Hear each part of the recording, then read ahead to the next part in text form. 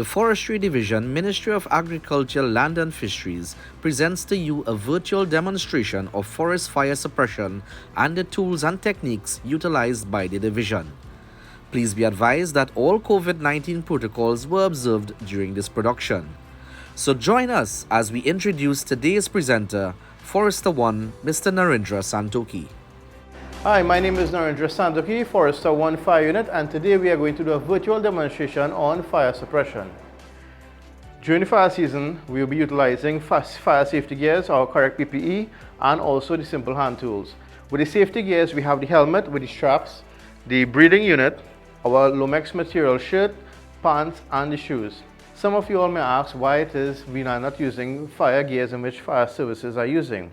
Why this material is so small. The reason for this is that the material is very lightweight, so it allows us to maneuver into the forest very easily to get away from fires in case our lives are in danger. Also, the Lomex material is very breathable, so it does not allow us to run the risk of heat stroke within the forest fire. In terms of the simple fire tools, we have the fire rake, fire beater, the McLeod, backpack pump, grip hook, Pulaski, and the drip torch. The fire rake and the McLeod are used to clear the fire lines around the wildfire. The fire beater is basically to smother any small fires around the area or to suppress whatever fire there is. Even though there are fires that get away, we use this to basically smother the fire so it wouldn't raise into a wildfire. The backpack pump, when doing our mop-up sessions, whatever stumps or logs that are still burning, we use this to out the area to make sure there's nothing left that is burning. Grip hook and Pulaski, these are used as basic tools to move all debris off the fire line into the fire. The drip torch is for when we are doing our back burning. When using forest hand tools to out fires, they should never be used in areas where you have high winds, crown fires or fires in the tops of trees, or very large fires which are able to roll over, swirl or cross your fire lines.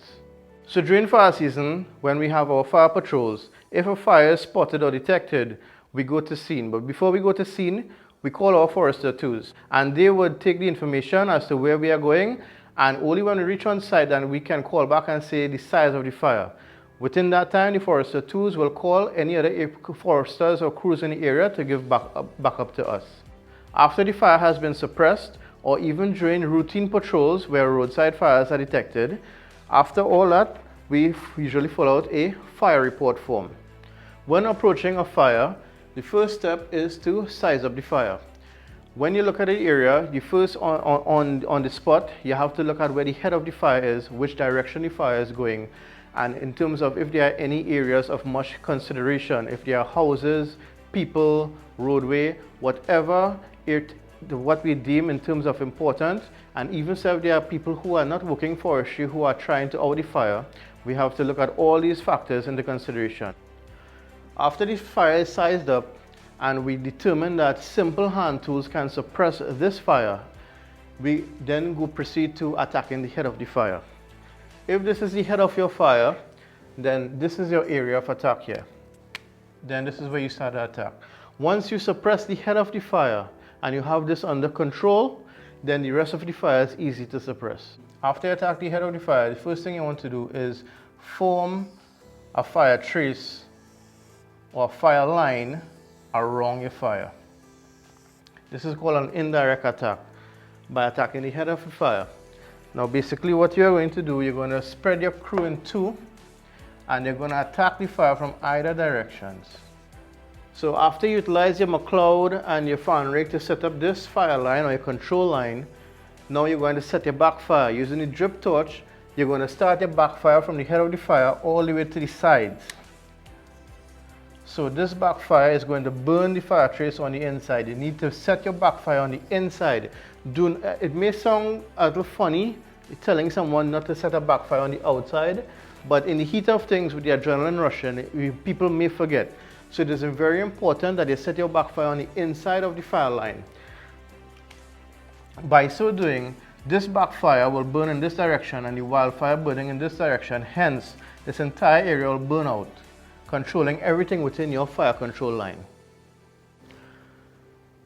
Next part of thing is to patrol.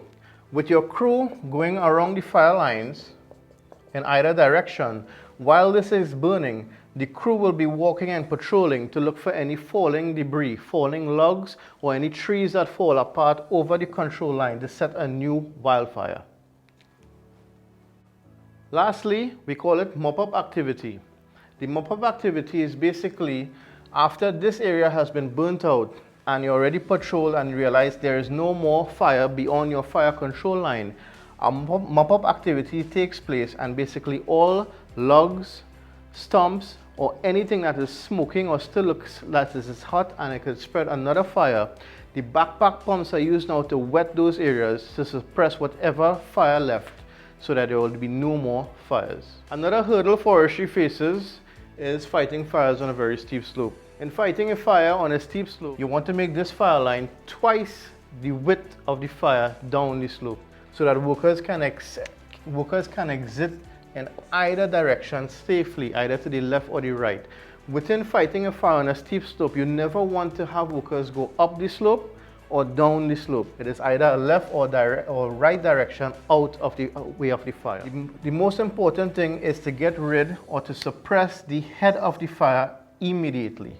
Once the head of the fire is suppressed immediately, then and only then can you send workers down to build your fire lines on either side of the fire down the slope. When going down the slope, you would want to build a fire line straight. You never want to build a fire line going inward or outward. If you create a fire line inward or outward, you increase the chances of falling debris and creating a wildfire outside of your fire control line.